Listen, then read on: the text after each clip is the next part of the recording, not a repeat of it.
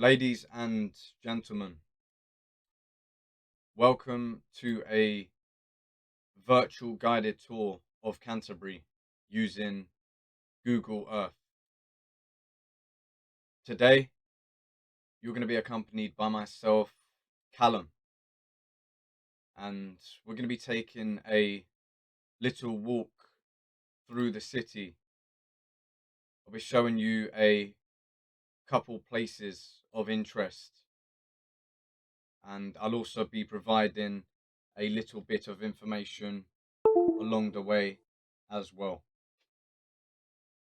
So sit back, relax, and let's get straight into it.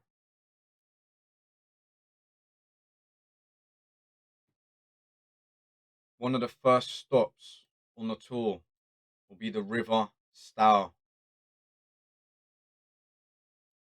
closely followed by Abbots Mill, which is the series of bridges just here.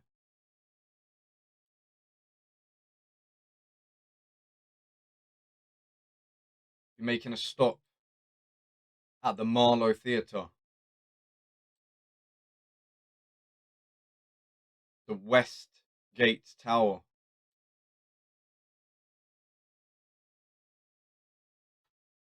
the Weavers, which is the collection of buildings just here,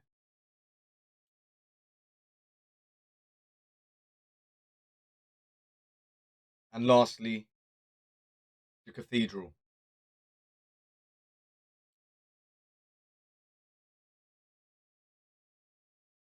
But first, the River Stour, the river that flows through Canterbury, the blood and veins of the city, the second longest river in Kent, and one of the cleanest rivers in the country. Protected in a certain way, meaning no motorized petrol, diesel, or electric powered boats can sail along the river. The only form of power able to be used here is oar power, otherwise known as punting. In medieval times, the river was an important highway connecting Canterbury with the continent.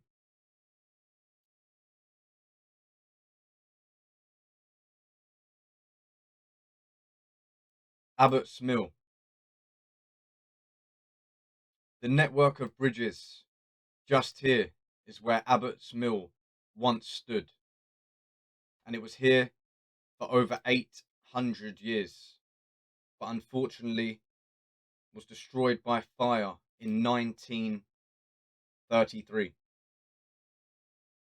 The mill and the river worked hand in hand, as the mill used the river as a source of power, and many processes were performed by the use of water power, such as corn milling, fulling, which is a process in which woolen cloth is made, paper making, and electricity generation.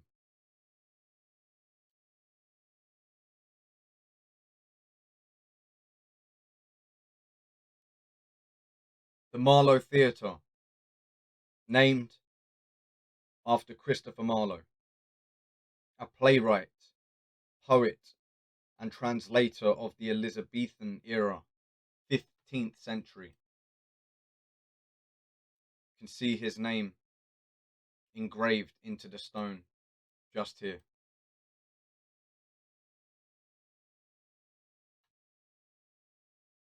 Marlowe died at the age of 29.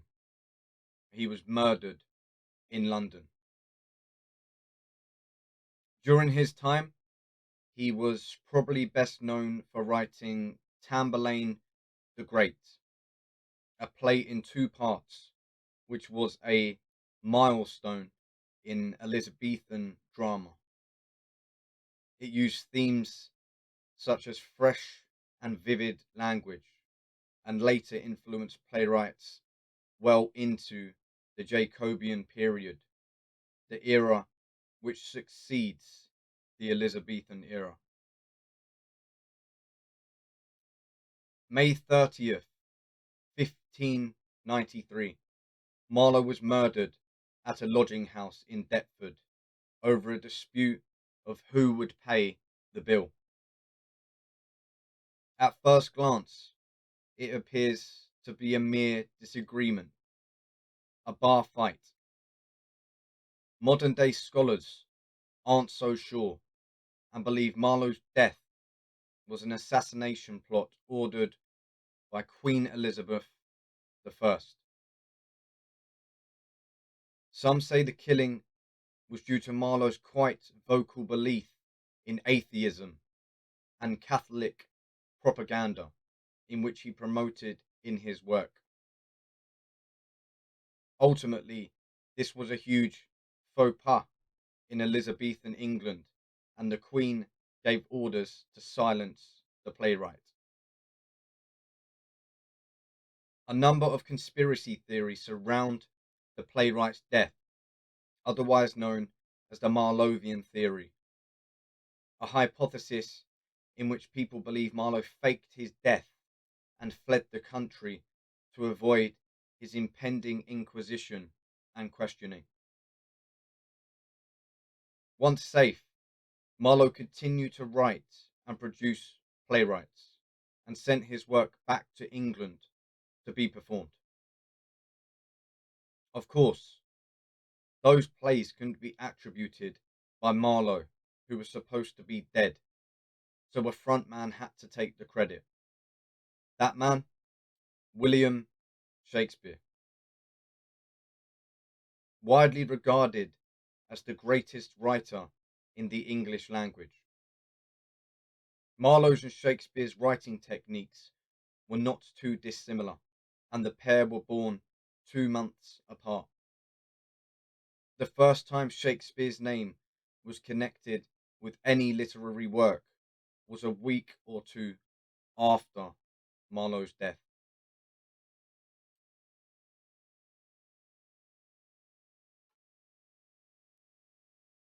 The West Gate Tower.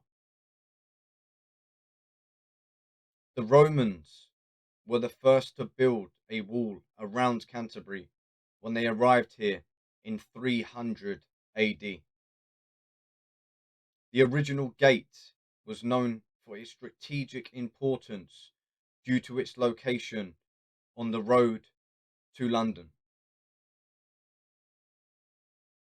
When the Romans left the city in ruins, the original gateway fell into disarray for more than 1,000 years, but lay foundation for a new gate to be built, completed late 14th century. The gate contains 18 gun loops, a high number for a gateway, and among the earliest gun holes in Britain, which are these cuts in the stone just here. Built with a defensive structure in mind. The West Gate was a collection of 7, but this is all that remains. A main entrance into the city. The gate would close at a certain time every night to protect its inhabitants. Pilgrims paying homage to the shrine of St. Thomas Becket would urge one another to move at a Canterbury's pace in order to get through the gates on time.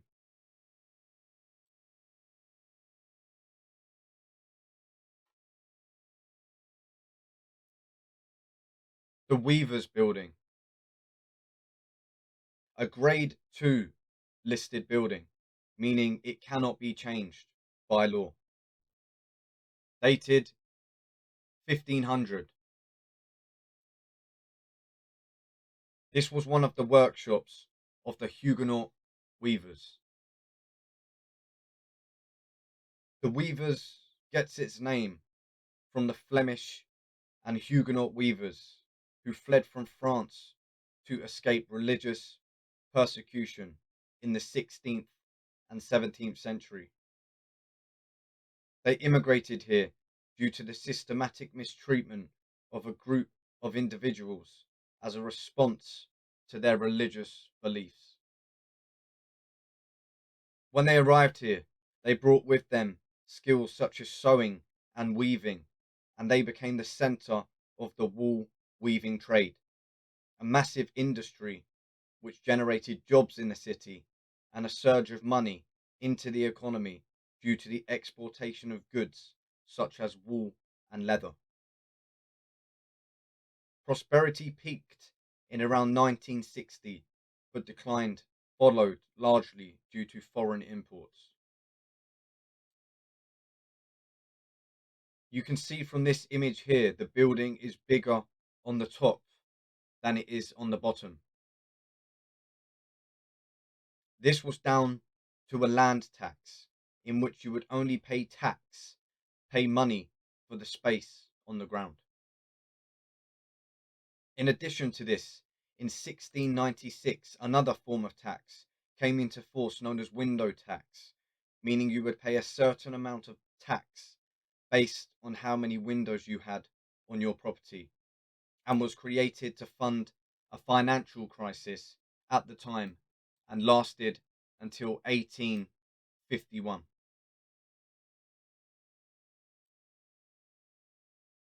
The ducking stool, a medieval ducking stool, historically used as a method of punishing scolds, meaning women who were accused by their husbands of talking back too much. In the 16th and 17th century, the stool had other uses and was used to detect witches. The suspected witch was dunked under the water for several minutes. If she did not drown, she was proved a witch. If she drowned, well, at least her name was cleared off the list. Lots of women were accused of witchcraft. A few examples are knowing about medicine, being able to read and write, knowing about astronomy, and also if you had a pet cat. In addition to this, during those times, divorce was not allowed, so men accused their wives of witchcraft so they could then remarry a younger, more beautiful woman.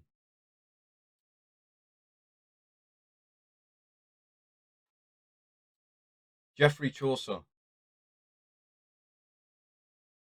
The Canterbury Tales is Geoffrey Chaucer's most famous text and was written in the 13th and 14th century. The purpose of the book is to depict conversations from people from all walks of life, and Chaucer uses the tales and descriptions of its characters to paint an ironic and critical portrait of English society at the time, and particularly the church. The book tells the story of around 30 pilgrims making their way from London to Canterbury, each telling a story along the way. If the story was good enough, it would make it into this book. Many, many years ago, pilgrims would travel from London to Canterbury to pay homage to the shrine of St. Thomas Becket, and they would do so on foot. This is a very long way, although it was only one road originally known as London Road. The journey would still take a long time, and the pilgrims would tell stories to each other. The stories were originally written in Old English, which is really hard to read and write and to understand. So we have now translated this book into modern English, which me and you now speak today. At the bottom of the statue are the people listed to Chaucer. These faces are the faces of local people, the people of Canterbury. One of those faces is Orlando Bloom, the young squire, which is this engraving just here. He is from Canterbury, and his parents still live here.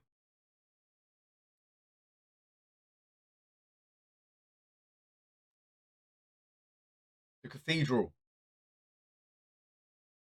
founded by Saint Augustine in 597 AD, the same man who was sent here by Pope Gregory on the Gregorian mission to spread Christianity throughout England and to convert Britain's Anglo-Saxons. St. Augustine first arrived at Pegwell Bay, not too far from Ramsgate, accompanied by 40 monks.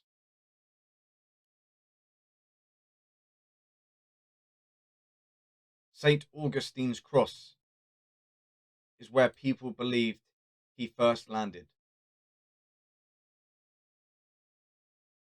When he arrived here, he met with the local king, King Ethelbert, who was Saxon and a pagan, and his wife, Queen Bertha, who was Frankish and a pagan. Augustine successfully converted the king and queen, in which the king's followers also decided to convert. And so began the spread of Christianity throughout England, with Augustine being referred to as the Apostle of English and the founder of the English Church. Augustine was not finished yet. He made his way to Canterbury, in which he built a church and monastery, but sadly, not much remains. Augustine became the first archbishop, in which began a long tradition of archbishops. In 1070, the cathedral was rebuilt under orders of William the Conqueror, and the building itself contains a rich variety of architectural styles, ranging from Gothic and Perpendicular. The cathedral is probably best known for its association with St. Thomas Becket, who gained employment here as a clerk for Theobald, who was the Archbishop of Canterbury during the 11th century. In 1155, Theobald suggested that King Henry II appoint Becket as Chancellor of England, almost like being the Prime Minister of the country today, a very powerful position to uphold. King Henry agreed, and the pair soon became great friends. In 1161, Theobald sadly passed and Becket was put forward for the role. Thomas became Archbishop 1 year later, also still working as Chancellor. Becoming the Archbishop, Thomas took the role very seriously and became very religious. Henry, now having his friend in both positions of power, had a sinister plan to retake the wealth and power of the church, and ultimately to maintain and take control of the laws in the country. Thomas refused and put the church before the monarchy. The major point of disagreement between the two was about clerks, churchmen, who were accused of committing serious crimes. Becket maintains they could only be judged by church courts and would receive a much lighter penalty. Henry insisted that he wanted the royal courts to get involved, as he felt the present situation prevented him from governing effectively and undercut law and order in England. Church courts during that time were limited in their punishment and didn't allow killing anyone. In 1164, the king introduced the Constitutions of Clarendon, a code of 16 rules designed to increase the king's influence over the bishop and the church courts. Henry demanded as part of this constitution that if church courts found a cleric guilty, they must hand him over to the king's court to be punished properly, Becket refused to sign the constitution, and at a great council in Northampton that same year, Becket was found guilty of treason. In response to this, Becket fled to France for 6 years. In 1170, the Pope threatened to excommunicate the king, meaning to officially exclude someone, and Thomas was allowed to return to England. On returning, Becket excommunicated 3 bishops who supported Henry and his views, and in a fit of rage, sitting on his throne in London, the king uttered the words, "Who will rid me of this turbulent priest?"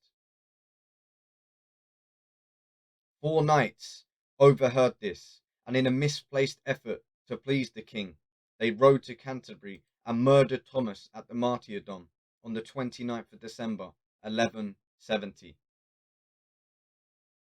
The murder of Thomas made the cathedral into one of the most important pilgrimage sites in Europe, as people began to say miracles had taken place at Becket's tomb. In 1173, the Pope made Becket a saint, meaning he was acknowledged as a person holy or virtuous and regarded in Christian faith as being in heaven after death. The king realized he had made a huge mistake, as it was not his intention for Thomas to be killed. In 1174, to show he was sorry for his actions, the king walked barefoot to Canterbury Cathedral, half naked, and allowed the monks to whip him for what he had accidentally done.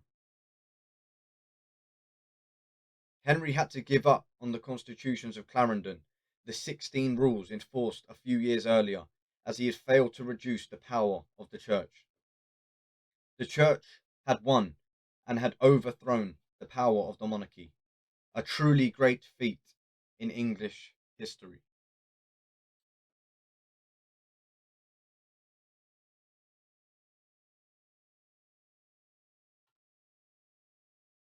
This is where I'll be ending the tour, in the butter market, just outside the cathedral.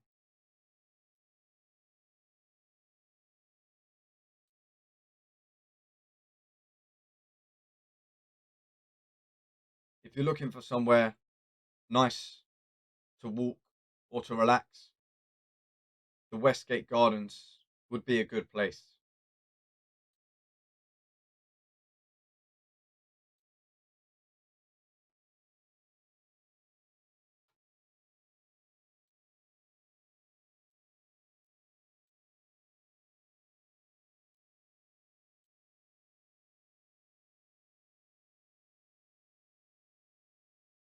Another nice walk is by the Simmons Memorial.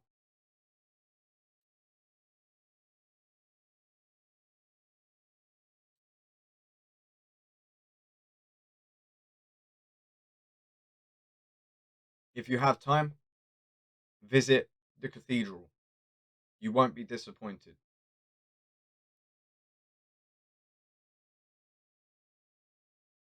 The shopping route is on the main high street.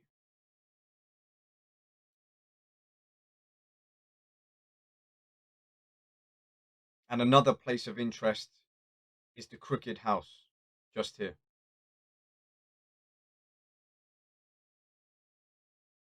Guys, I hope you enjoyed. I'll see you all soon. Bye, have a great time.